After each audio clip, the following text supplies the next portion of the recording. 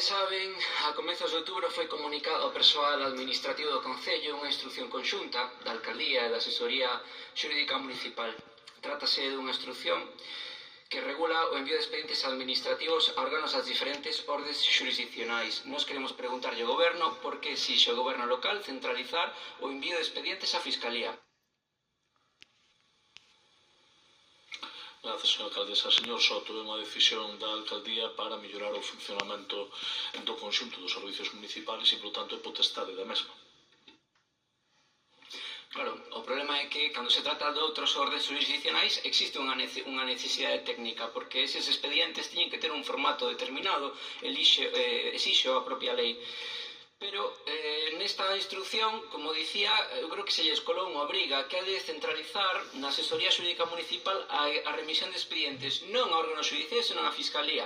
En concreto establecese que os diversos servizos e áreas deberán comunicar a asesoría xurídica no prazo máximo de 5 días a entrada no correspondente rexistro do servizo correspondente SIC, como se soe dicir, os requerimentos que se formulen de remisión de documentación en calquera cuestión relativa á xurisdicción penal ou que sexan solicitados pola Fiscalía, con excepción dos que se solicitan a servizos sociais relativas a procedementos de medidas de apoio a persoas con discapacidade ou similares e das que se soliciten a Policía Local.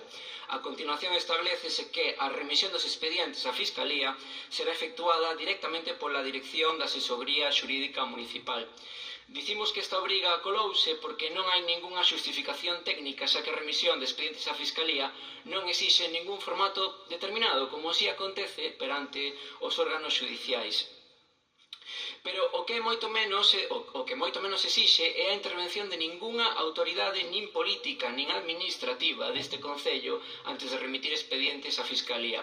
Como saben, o labor da Fiscalía é promover a acción da xustiza en defensa da legalidade. En esa función o seu funcionariado actúa con plena imparcialidade. Por iso, nós pensamos que o principio que debe informar as relacións deste Concello coa Fiscalía é de absoluta confianza e iso desaconsella engadir filtros innecesarios antes de enviar os expedientes que a Fiscalía solicita. Trátase, ademais, dunha medida que, se me permite, vai contra o espírito da época, en que a legislación doméstica e internacional pretende facilitar as denuncias e en que se intenta avanzar na transparencia dos poderes públicos, o que responde, por suposto, a unha lexítima preocupación da cidadanía polo correcto funcionamento das institucións públicas. Nós confesámoslle que sentimos estupor ao ter coñecemento desta instrucción, porque non conseguimos explicarnos o seu sentido, nin técnico, nin moito menos político, e porque entendemos que esta medida arrebola dúbidas lexítimas sobre a intención de cumplir co deber non só legal, senón tamén ético, de colaborar cos organismos competentes no esclarecemento de denuncias por parte do goberno local.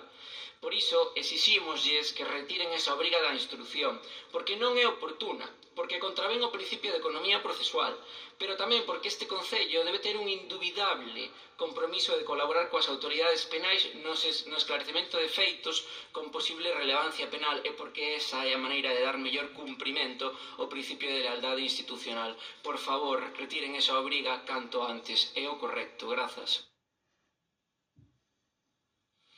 Grazas, señora alcaldesa. Señor Soto, creo que pode haber diferentes interpretacións, pero desde logo me imagino que vostede terá respeto polo que informa a asesoría xurídica deste Concello e supoño que tamén entenderá que a alcaldía determina o funcionamento en tanto en canto a asesoría xurídica considera que é mellor este procedimento.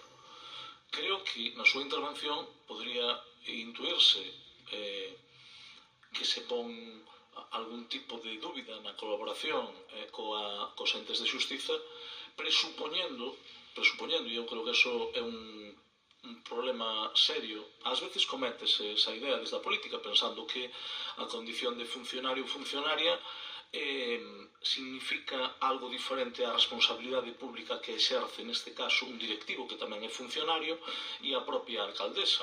É dicir, non se prexuzga nada, o que se instrumenta é un procedimento que se considera que é o axeitado, sin que eso signifique que outros procedimentos non sexan os axeitados. Eu creo que emitir xuicios de valor sobre o camiño que se sigue, creo que podría ter algún sentido se en algún caso se tivera omitido algún tipo de información.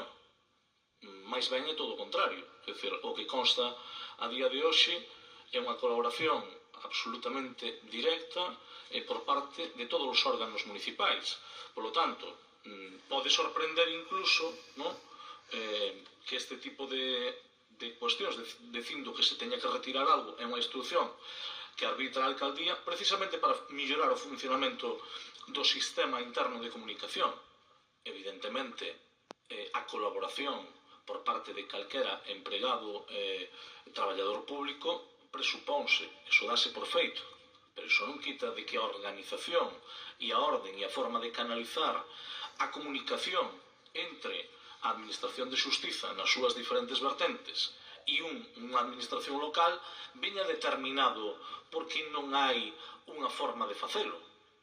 O sorprendente é que non guste que haxa orden ou que sea asesoría xurídica a que precisamente lle dé a forma e conducto para a comunicación a través dos profesionais e dos habilitados para facelo. Eso sí que é chamativo. Creo que do que se trata é de acurtar tempos, de evitar calquera tipo de erros e desde logo permítame que non presupoña absolutamente nada, porque ao mellor podríamos levar incluso sorpresas, algunhas nada agradables.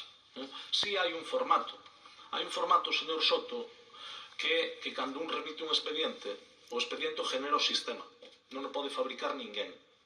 Explico yo por si non o entende.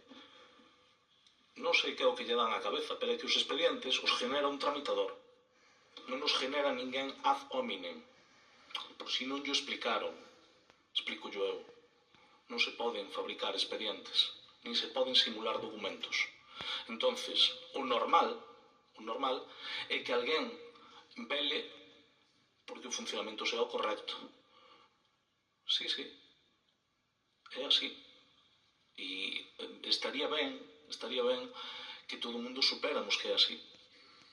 E estaría ben que todo o mundo superamos que non se poden borrar cousas cando se poñen nun tramitador, porque queda a huella digital. E cando se fai, sábese.